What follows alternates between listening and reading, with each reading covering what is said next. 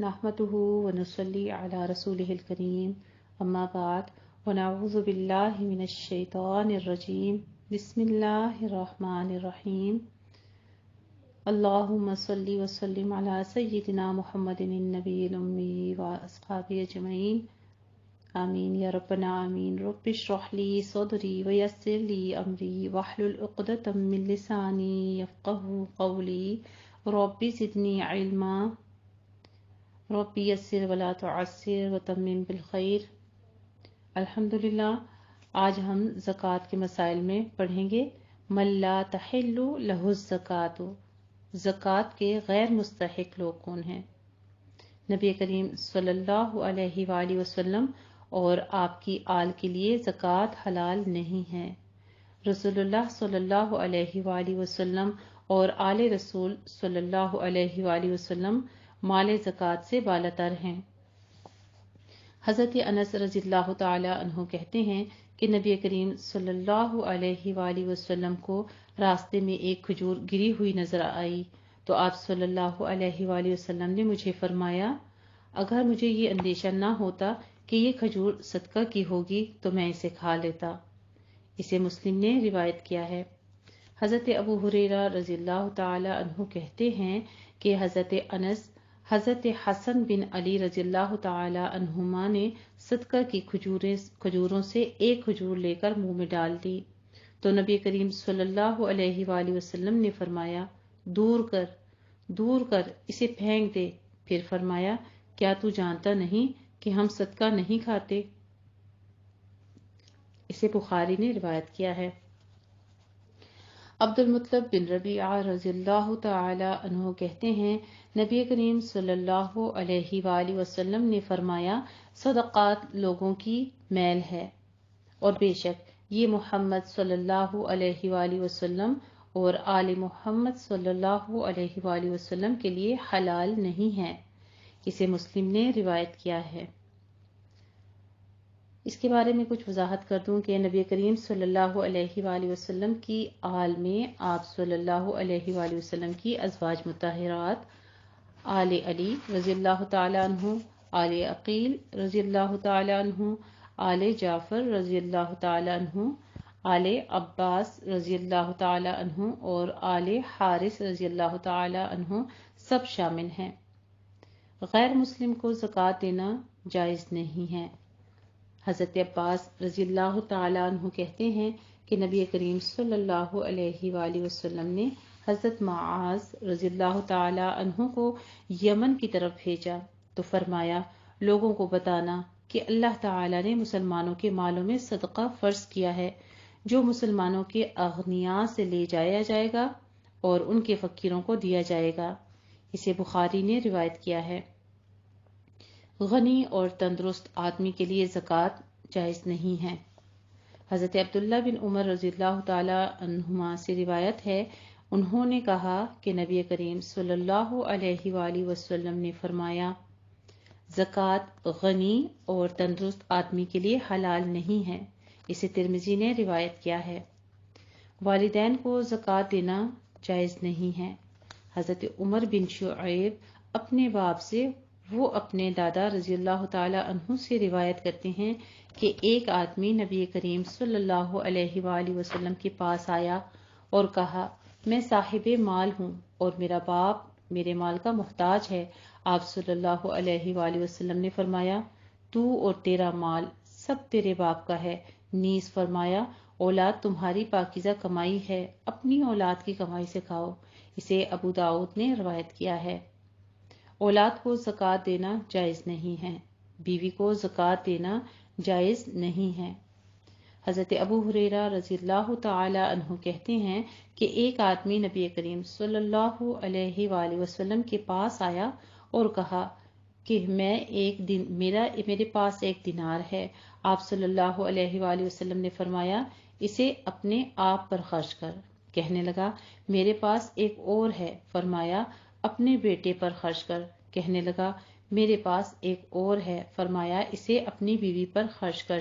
کہنے لگا، میرے پاس ایک اور ہے۔ فرمایا، اپنے خادم پر خرچ کر۔ کہنے لگا، میرے پاس ایک اور ہے۔ فرمایا، اب تو زیادہ جانتا ہے، جہاں چاہے خرچ کر، اسے ابو داؤد نے روایت کیا ہے۔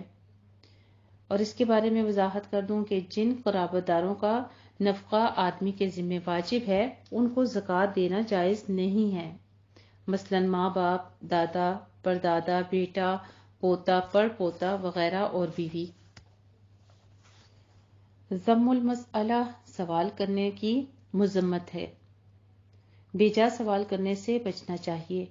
حکیم بن حزام رضی اللہ تعالی عنہ نبی کریم صلی اللہ علیہ وآلہ وسلم سے روایت کرتے ہیں، اوپر کا ہاتھ نیچے کے ہاتھ سے بہتر ہے، پہلے اپنے بال بچوں عزیزوں کو دو، اور عمدہ خیرات وہی ہے جس کو دے کر آدمی مالدار رہے، اور جو کوئی سوال کرنے سے بچنا چاہے گا اللہ سبحانہ و تعالیٰ اس کو بچائیں گے، اور جو کوئی بے پرواہی کی دعا کرے گا اللہ تعالیٰ بے پرواہ کر دے گا اسے بخاری نے روایت کیا ہے۔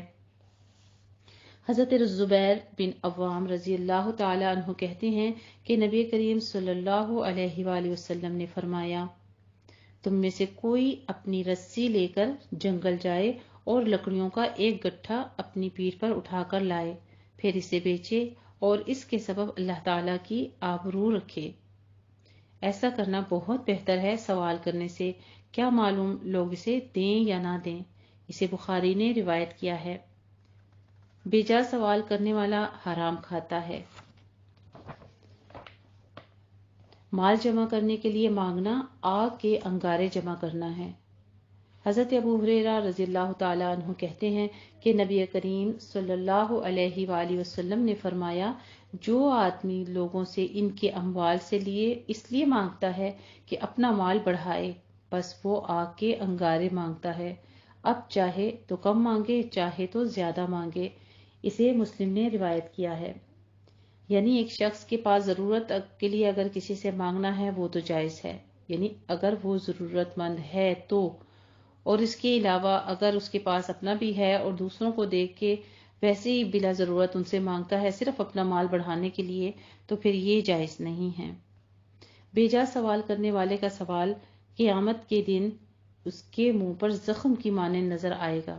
حضرت عبداللہ بن مسعود رضی اللہ تعالی عنہ کہتے ہیں کہ رسول کریم صلی اللہ علیہ وآلہ وسلم نے فرمایا، جس نے امیری کے باوجود لوگوں سے مانگا وہ قیامت کے دن اس حال میں آئے گا کہ اس کا سوال اس کے منہ پر چھلے ہوئے زخم کا نشان بنا ہوگا۔ آپ صلی اللہ علیہ وآلہ وسلم سے کہا گیا کہ کتنی چیز غنی کرتی ہے؟ آپ صلی اللہ علیہ وآلہ وسلم نے فرمایا، 50 درہم یا اس کی قیمت کا سونا۔ اسے ابو داؤد نے روایت کیا ہے۔ اور اس کے بارے میں وضاحت کر دوں کہ 50 درہم تقریباً 17 تولہ چاندی کے برابر ہوتے ہیں۔ صدقۃ الفطر، صدقہ فطر کے مسائل۔ صدقہ فطر فرض ہے۔ صدقہ فطر کا مقصد روزے کی حالت میں سرزد ہونے والے گناہوں سے خود کو پاک کرنا ہے۔ صدقہ فطر نماز عید سے قبل ادا کرنا چاہیے، ورنہ عام صدقہ شمار ہوگا۔ صدقہ فطر کے مستحق وہی لوگ ہیں جو زکوٰۃ کا مستحق ہے۔ حضرت ابن عباس رضی اللہ تعالی عنہما سے روایت ہے کہ رسول اللہ صلی اللہ علیہ وآلہ وسلم نے صدقہ فطر روزے دار کو بےہودگی اور فحش باتوں سے پاک کرنے کے لیے نیز محتاجوں کے کھانے اور انتظام کرنے کے لیے فرض کیا ہے۔ جس نے نماز عید سے پہلے ادا کیا اس کا صدقہ فطر ادا ہو گیا، اور جس نے نماز عید کے بعد ادا کیا اس کا صدقہ فطر عام صدقہ شمار ہوگا۔ اسے ابن ماجہ نے روایت کیا ہے۔ صدقہ فطر کی مقدار 1 صاع ہے، جو 2.25 سیر یا 2.5 کلوگرام کے برابر ہے۔ صدقہ فطر ہر مسلمان، غلام ہو یا آزاد، مرد ہو یا عورت، چھوٹا ہو یا بڑا، روزے دار ہو یا غیر روزے دار، صاحب نصاب ہو یا نہ ہو، سب پر فرض کیا ہے۔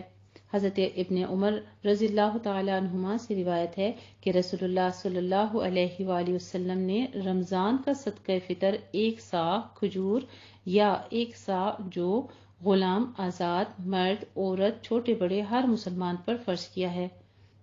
اسے بخاری نے روایت کیا ہے۔ اور اس کے بارے میں وضاحت کر دوں کہ جس شخص کے پاس ایک دن رات کی خوراک میسر نہ ہو وہ صدقہ ادا کرنے سے مستثنا ہے۔ صدقہ فطر غلے کی صورت میں دینا افضل ہے۔ گیہوں، چاول، جو، کھجور، منقع یا پنیر میں سے جو چیز زیر استعمال ہو وہی دے دینی چاہیے۔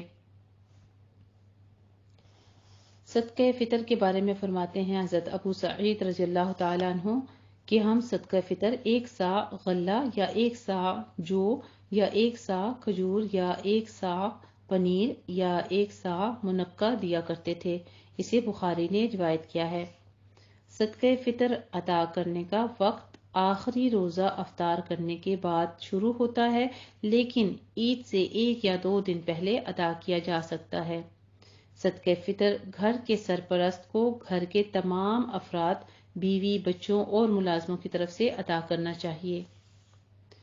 حضرت نافع رضی اللہ تعالی عنہ سے روایت ہے کہ ابن عمر رضی اللہ تعالی عنہما گھر کے چھوٹے بڑے تمام افراد کی طرف سے صدقہ فطر دیتے تھے، حتیٰ کہ میرے بیٹوں کی طرف سے بھی دیتے تھے، اور ابن عمر رضی اللہ تعالی عنہما ان لوگوں کو دیتے تھے جو قبول کرتے تھے، اور عید الفطر سے 1 یا 2 دن پہلے دیتے تھے۔ اسے بخاری نے روایت کیا ہے۔ الحمدللہ یہاں تک ہمارا کتاب الزکاة کا کچھ مسائل تھے۔ انشاءاللہ تعالیٰ کل کچھ آگے مسائل کے بارے میں جانیں گے۔ جزاک اللہ خیرا جزا۔